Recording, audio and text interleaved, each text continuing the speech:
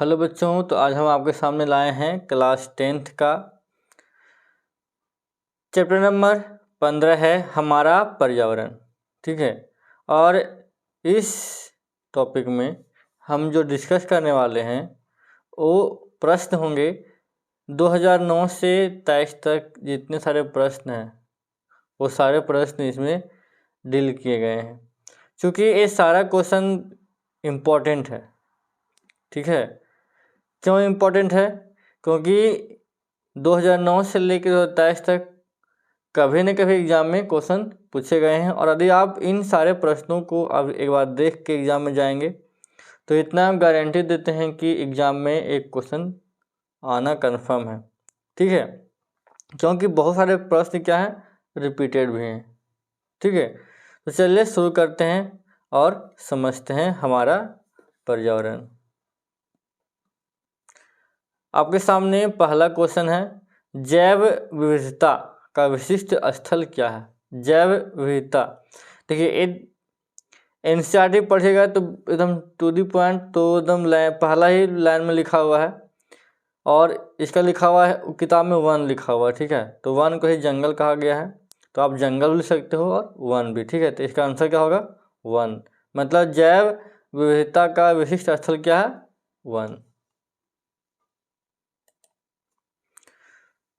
दूसरा क्वेश्चन क्या है, पीड़कनाशी रसायनों का अत्यधिक प्रयोग किस प्रकार जैव आवर्धन की समस्या उत्पन्न कर रहा है? मतलब हम लोग जो खेती बाड़ी करते हैं तो हम लोग बहुत दवा का प्रयोग कर देते हैं, है कि नहीं?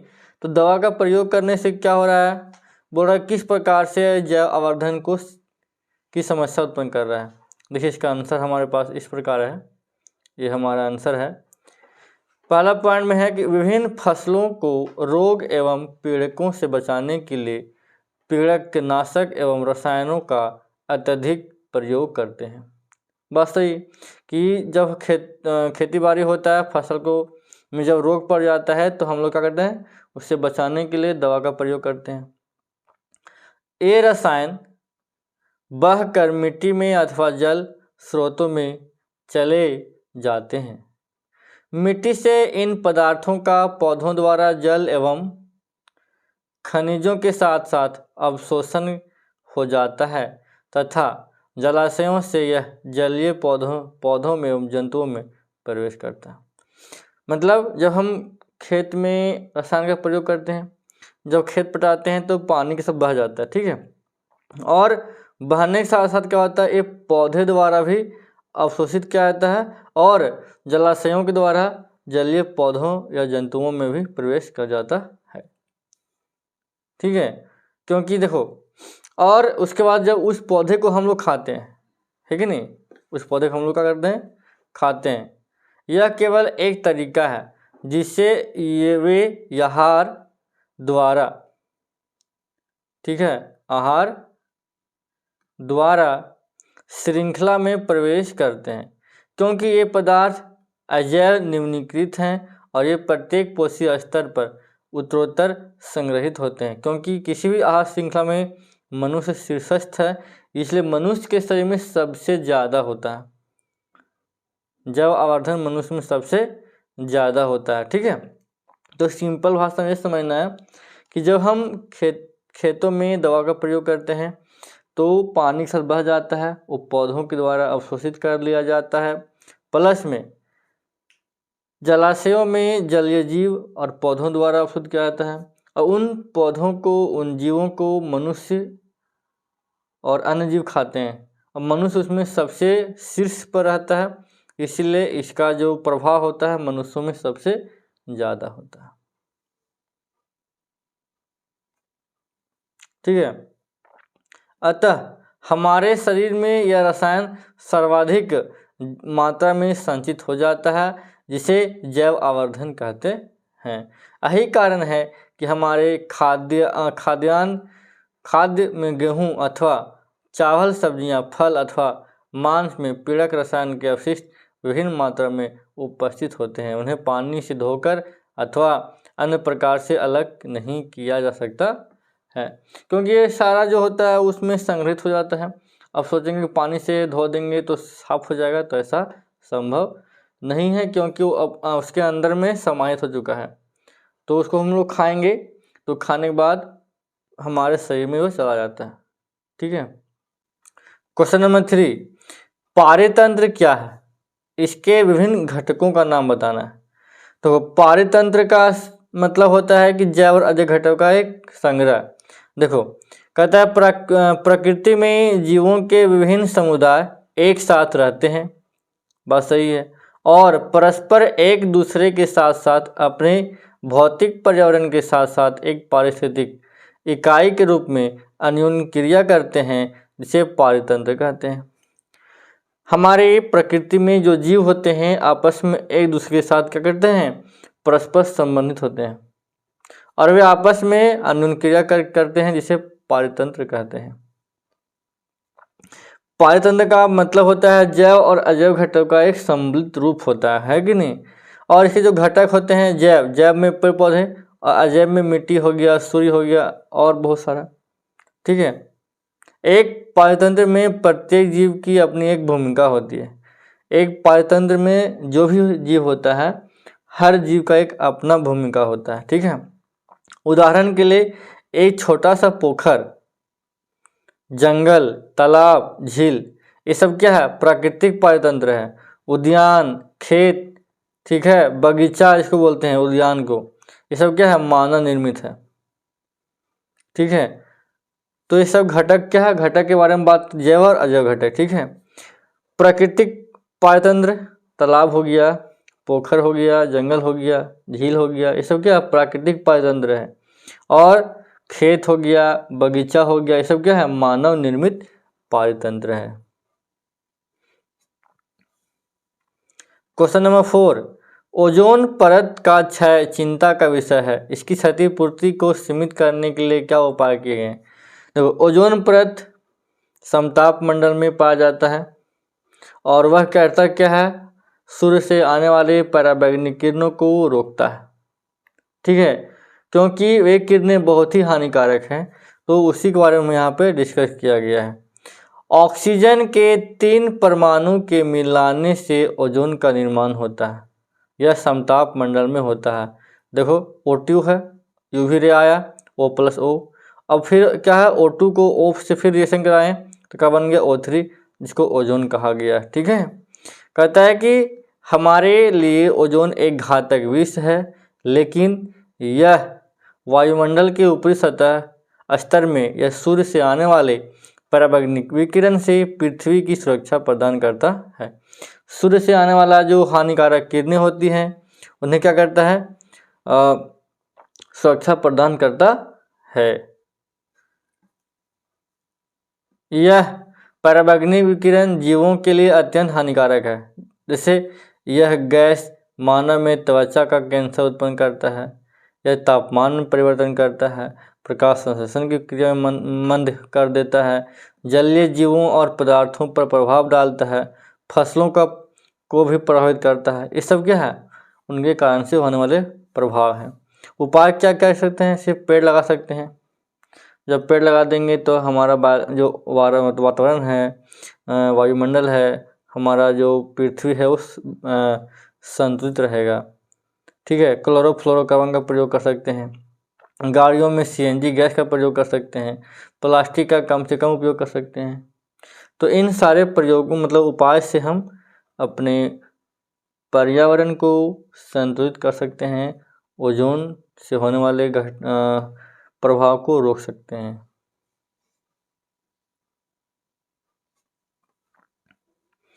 क्वेश्चन नंबर 5, पोषी स्तर क्या है?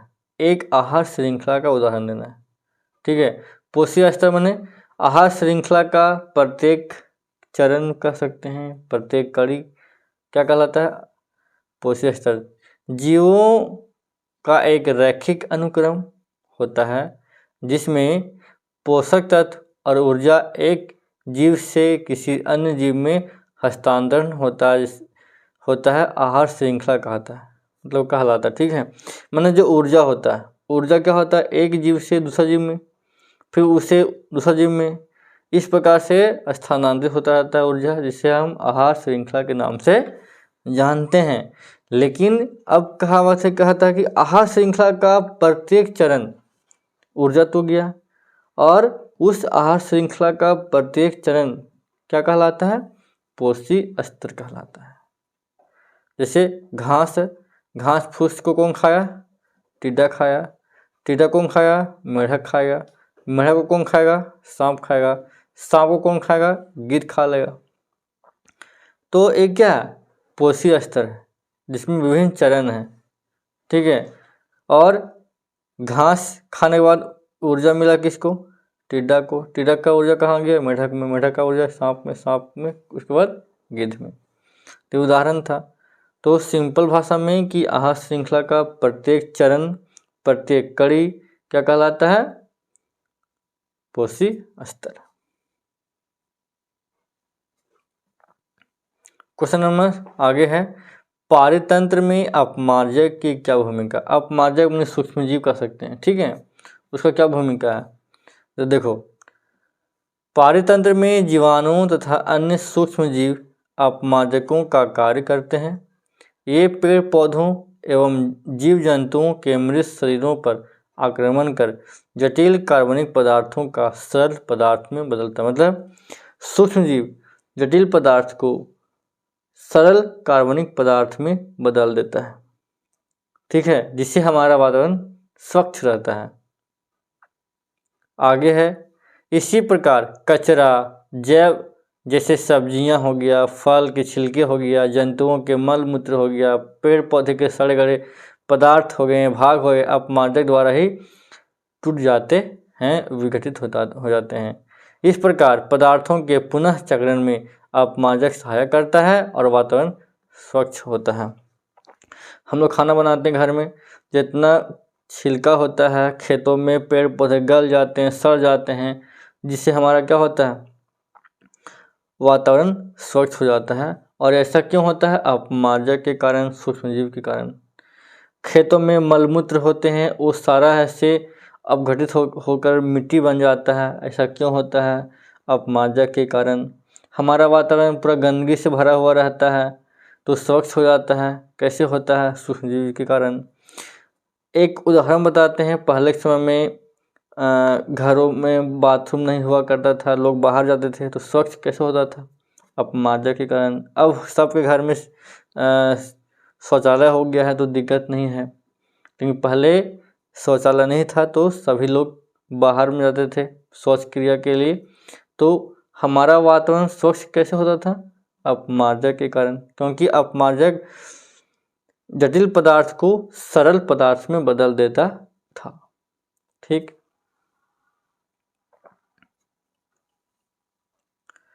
एक क्वेश्चन पुनः पूछ दिया गया है, ओजोन क्या है, यह पारितंत्र को कैसे प्रभावित करता है, जिसके बारे में हम पीछे फिर से हम डिस्कस किए हैं कि ओजोन मतलब ऑक्सीजन के 3 परमाणुओं के मिलने से जो बनता है वो ओजोन कहलाता है। हमारे लिए ओजोन घातक विष है, ठीक है, इसका डिस्कस हम कर चुके हैं। ये रिपीटेड क्वेश्चन है। क्वेश्चन नंबर आगे है हमारे पास, किसी घास के मैदान, एक घास का मैदान है और उसका आहार श्रृंखला बनाना है। तो घास के मैदान में घास होगा, तो घास को वही टिड्डा खाएगा, टिड्डा का मेढक खाएगा, मेढक को सांप खाएगा, सांप को कौन खाएगा? गिद्ध खा लेगा। एग्जाम्पल देना था, खत्म। क्वेश्चन नंबर आगे है, ऐसे 2 तरीके का उल्लेख करना है जिनसे अजैव निम्नीकरणीय पदार्थ पर्यावरण को प्रभावित करता है। कहता है देखो क्या है, देखो कहता है कि वे पदार्थ जिन्हें प्राकृतिक कारकों जैसे जल, ऑक्सीजन, सूर्य की पराबैंगनी किरणें, अम्लीय वर्षा, सूक्ष्मजीवों आदि के द्वारा अपघटित नहीं कर सकते हैं, उसे क्या करते हैं? अजैव निम्नीकरण। मतलब जिसे हम सिंपल तरीका से तोड़ नहीं सकते हैं। इन पदार्थों में प्लास्टिक की सामग्री, धातु के टुकड़े, एल्युमिनियम के डिब्बे, बोतलें, हानिकारक रसायन पदार्थ शामिल हैं। ये सभी खाद्य श्रृंखला में मिलकर जैव आवर्धन बनाते हैं, जो मानव को अधिक प्रभावित करता है। ठीक है। आगे है, किन परिस्थितियों में समुचित परिवहन तंत्र की उपस्थिति आवश्यक हो जाती है। कहता है, मृदा में उपस्थित खनिज लवण का उपयोग या अवशोषण जड़ द्वारा होता है। इसकी आवश्यकता पौधों के ऊपरी भाग में होता है, जैसे तना, पत्तियां, शाख, फूल, फल आदि, जिसके लिए समुचित परिवहन नहीं चाहिए। ठीक है, समुचित परिवहन नहीं चाहिए। देखो, जड़ के माध्यम से जो पौधे होते हैं, ठीक है, वो क्या करते हैं, पोषक तत्व ग्रहण करते हैं और उस पोषक तत्व का अवशोषण जड़ के द्वारा हो जाता है और उसका फिर प्रयोग मतलब मिट्टी के ऊपरी भाग, तना, शाखा, फल, फूल, पत्तियों को होता है। तो इसके लिए समुचित परिवहन नहीं चाहिए, बस सिंपल जड़ के माध्यम से हो गया। उसके बाद पूरे बॉडी में जाइलम के द्वारा जो जल होता है, खनिज लवण होता है, वो पूरा बॉडी में पहुंच जाता है। क्वेश्चन दिया है, किसी आहार श्रृंखला में पोषक स्तर का नाम बताना है। तो पोषक स्तर का नाम दे दिए, अब बताना कि कौन कौन। तो घास फूस दिए तो ये हो गया प्राथमिक, उसके बाद द्वितीयक, तृतीयक, चतुर्थ, पंचम। जितना पोषक स्तर उसका उतना नाम। पहला पोषक स्तर प्रथम, दूसरा का द्वितीय, तीसरा का तृतीय, चतुर्थ, पंचम। ठीक है। कहता है कि 3 पर्यावरण हितैषी अभ्यास लिखना है। मतलब पर्यावरण को बचाने के लिए आप क्या क्या कर सकते हो। 3 लिखना है, वो आपके सामने 6 लिख दिए हैं। जल संरक्षण करके, वन संरक्षण करके, भूमि का संरक्षण करके, पेड़ लगाकर, एलपीजी का गैस प्रयोग करके, सीएनजी का गैस का प्रयोग करके, बहुत सारा। इन सारे प्रयोगों से हम पर्यावरण को बचा सकते हैं। कहता है कि क्वेश्चन नंबर नेक्स्ट है, ओजोन परत के अक्षय से क्या परिणाम हो सकता है, दुष्परिणाम। यदि हमारा ओजोन परत पूरा खराब हो जाएगा, नष्ट हो जाएगा, तो क्या परिणाम हो सकता है, बताओ। तो ओजोन परत से क्या होता है, यह पराबैंगनी विकिरण जीवों के लिए अत्यंत हानिकारक है। जैसे यह गैस मानव में त्वचा कैंसर का उत्पन्न कर सकता है, तापमान में परिवर्तन कर सकता है, प्रकाश संश्लेषण की क्रिया को मंद कर सकता है, मतलब धीमा कर देता है। उसके बाद जलीय जीवों और पदार्थों पर प्रभाव छोड़ सकता है, फसलों को खराब कर सकता है, बहुत सारा प्रभाव कर सकता है। ठीक है, तो ये कुछ पॉइंट्स आपके सामने प्रस्तुत हैं। क्वेश्चन नंबर नेक्स्ट है, जैव आवर्धन करने के वाला रसायन को क्या कहते हैं, एटीपी, एडीपी, सीबीसी या डीडीटी। तो डीडीटी का नाम सुने होंगे, तो डीडीटी है से सबसे ज़्यादा प्रभावित करता है, डीडीटी। और आपके सामने एक लास्ट क्वेश्चन है, बाघ उपभोक्ता है, कौन सा उपभोक्ता है, प्रथम पोषक स्तर, द्वितीय, तृतीय या इनमें से कोई नहीं, बताओ। प्रथम, द्वितीय, तृतीय या तृतीय। तो प्रथम नहीं होगा, घास को कौन खाएगा, मान लीजिए हिरण खा लिया, तो हिरण को कौन खाएगा, बाघ, बाघ खाएगा जी, तो मतलब तीसरा नंबर पर पहुंच जाएगा। तो तृतीय पोषक स्तर हमारा हो जाएगा बाघ। ठीक है, ठीक है। तो अंततः धन्यवाद। और इस वीडियो में जितने सारे प्रश्न थे, सारे प्रश्न बहुत ही इम्पोर्टेंट और एग्ज़ाम के व्यू से पूछे जा सकते हैं। और जितना सारा प्रश्न है, ये सारा एनसीईआरटी का क्वेश्चन है और बोर्ड में भी पूछा गया क्वेश्चन है, तो आपके लिए इम्पोर्टेंट है। और एक बार जरूर देखें और समझने का प्रयास करें। और एग्ज़ाम में इन सारे प्रश्नों में से क्वेश्चन रहने का चांस ज़्यादा है। तो फिर मिलेंगे नए वीडियो में, तब तक के लिए धन्यवाद। जय हिंद।